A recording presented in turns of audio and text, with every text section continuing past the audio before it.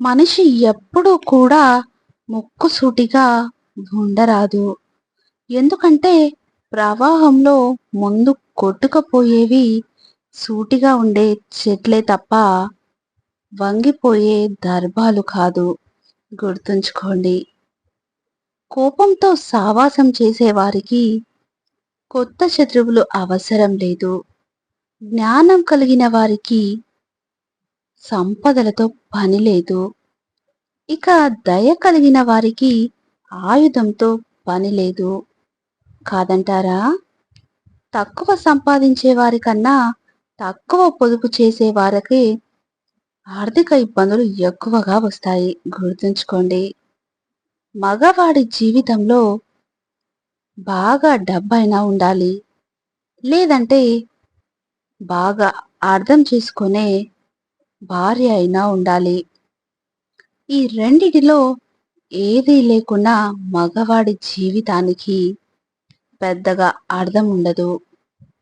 కాదంటారా?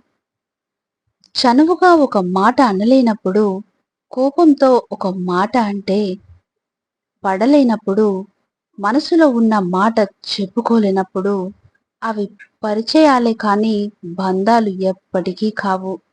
గుర్తుంచుకోండి. ఈ ప్రపంచంలో మీకు చివరి వరకు తోడుగా ఉండేది భార్యాభర్తల బంధం మాత్రమే. కాదంటారా?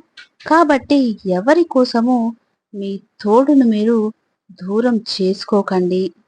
ఒక మనిషి సర్వనాశనం అవ్వడానికి దురలవాట్లు, చెడు వ్యసనాలే కారణం అనుకుంటూ ఉంటారు. కానీ వాటికంటే అతి ప్రమాదకరమైంది ఇంకోటి ఉంది. ఇక అది ఏమిటి అంటే అతి మంచితనం. కాదంటారా? మీరు మంచివారి అనిపించుకోవడానికి ఇతరులను చెడ్డవాళ్ళని చేయకండి. దానికి మీరు ఖచ్చితంగా అనుభవిస్తారు. ఎందుకంటే కర్మ అందరికీ ఒకేలాగా ఉంటుంది కాబట్టి. గుర్తుంచుకోండి.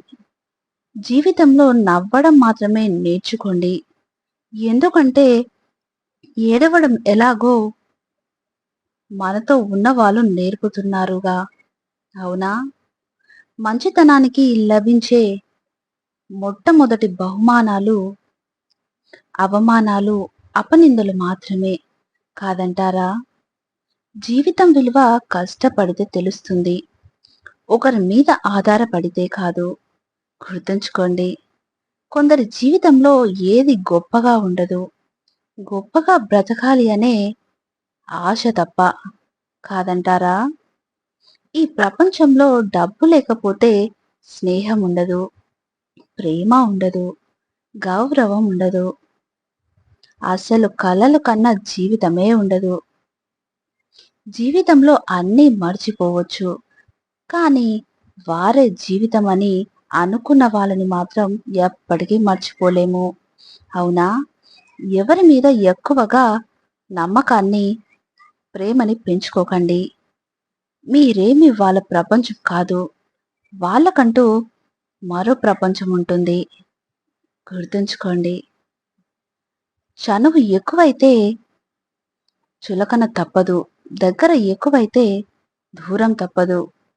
నమ్మకం ఎక్కువైతే ద్రోహం తప్పదు. ప్రేమ ఎక్కువైతే బాధ తప్పదు. ఆశ ఎక్కువైతే దుఃఖం తప్పదు. గుర్తుంచుకోండి. అవసరమైన చోట తగ్గితే నీ విలువ పెరుగుతుంది. అన్ని చోట్ల తగ్గితే నీకు ఉన్న విలువ కూడా లేకుండా పోతుంది. గుర్తుంచుకోండి. అప్పుడప్పుడు ఎలా అనిపిస్తుంది అంటే మనం మన ఇంటి చుట్టుపక్కల్లో విత్తనాలు నాటుతూ ఉంటాం.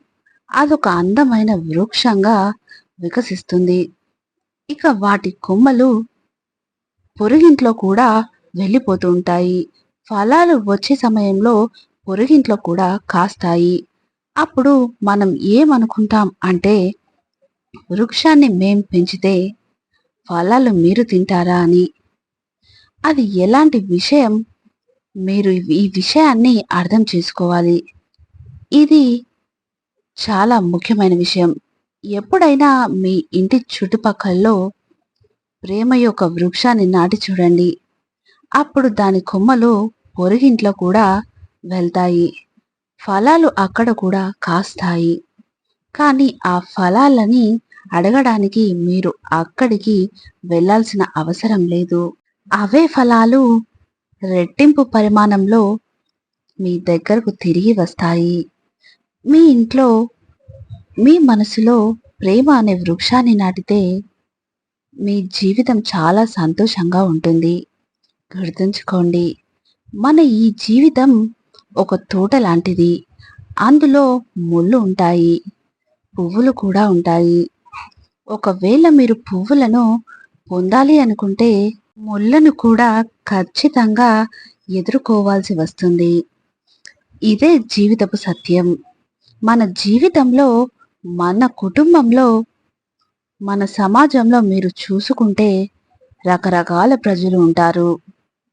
కొందరు చెడ్డ వాళ్ళు ఉంటారు, మరికొందరు మంచి వాళ్ళు ఉంటారు. కొందరు శత్రువులు ఉంటే మరికొందరు మిత్రులు ఉంటారు. ఒకవేళ మీరు చెడ్డ వాళ్ళ దగ్గరికి వెళితే మీకు నష్టమే కలుగుతుంది.